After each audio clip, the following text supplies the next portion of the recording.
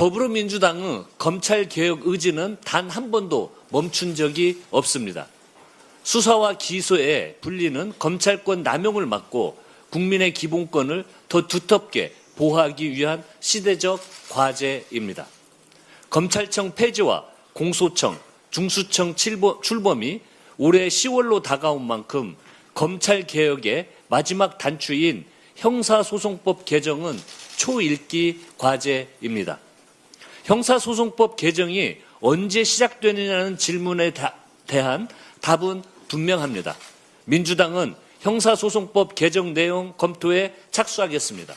그리고 원 구성이 마무리되는 즉시 개정 절차에 곧바로 돌입하겠습니다.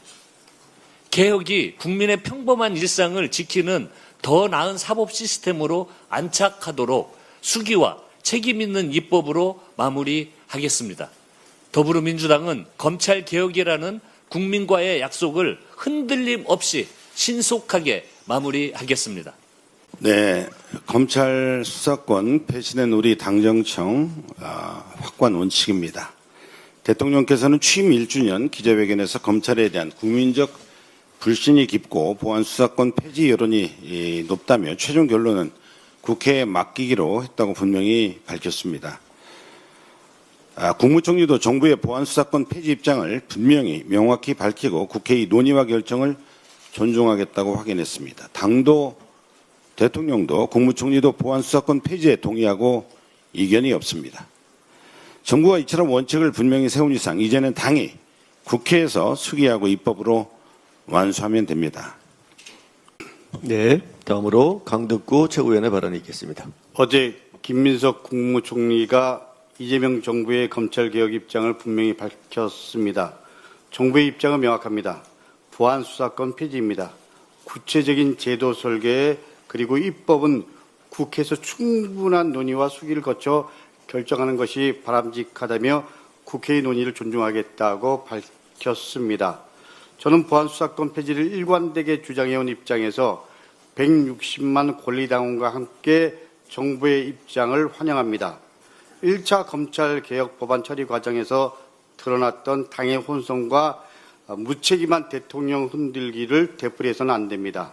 검찰개혁은 국민의 요구이자 시대의 요구입니다. 이 엄중한 과제를 놓고 국민의 힘도 아닌 우리 내부에서 정치적 이익을 위해 선명성 경쟁의 도구로 활용해서는 안 될 것입니다. 그것은 당원에 대한 배신이고 검찰개혁의 소임을 부여한 국민에 대한 배신입니다. 분명히 말씀드립니다. 1차, 2차 검찰개혁 로드맵은 당정 합의에 따라 진행된 것입니다. 2차 개혁안에 대해 정부는 5월 처리를 당에 제안했습니다만 당의 거부로 연기된 것입니다. 5월 처리를 거부해놓고 이제 와서 시간 끌기 운운하는 것은 누가 봐도 상식적으로 동의가 안 됩니다. 검찰개혁은 정치적 유불리를 따지는 문제가 아닙니다. 정치검찰의 시대를 끝내고 민주주의를 바로 세우라는 것은 국민의 명령이고 그리고 시대의 요구임을 거듭 말씀드립니다. 민주당은 이재명 정부와 함께 흔들림 없이 검찰개혁을 완수하겠습니다. 결국 시간은 다가오고 있고 칼자루는 쥐어졌습니다. 더불어민주당이 올 10월 검찰청 폐지와 공소청 중수청 출범을 앞두고 검찰개혁의 마지막 단추를 채우겠다고 선언했습니다. 핵심은 아주 명확합니다. 수사와 기소를 완전히 분리하고 그동안 끊임없이 논란이 되었던 검찰의 보안 수사권을 통째로 폐지하겠다는 겁니다. 재밌는 건 이 개혁의 고삐를 당기는 과정에서 당 내부의 묘한 긴장감도 감지된다는 점입니다. 정부와 당이 합의해온 로드맵을 두고 일각에서는 왜 더 빨리 안 하냐, 시간 끌기 아니냐는 목소리가 나오자 지도부는 선명성 경쟁으로 정부를 흔들지 말라며 강하게 경고하고 나선 건데요. 결국 이재명 정부와 민주당의 목표는 하나로 수렴하는 모양새입니다. 정치 검찰의 시대를 끝내겠다는 것.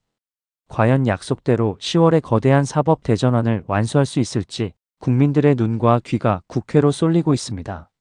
올해 10월로 다가온 검찰개혁과 보안수사권 완전 폐지에 대해 여러분은 어떻게 생각하시나요? 댓글로 자유로운 의견을 남겨주세요. 시청해주셔서 감사합니다.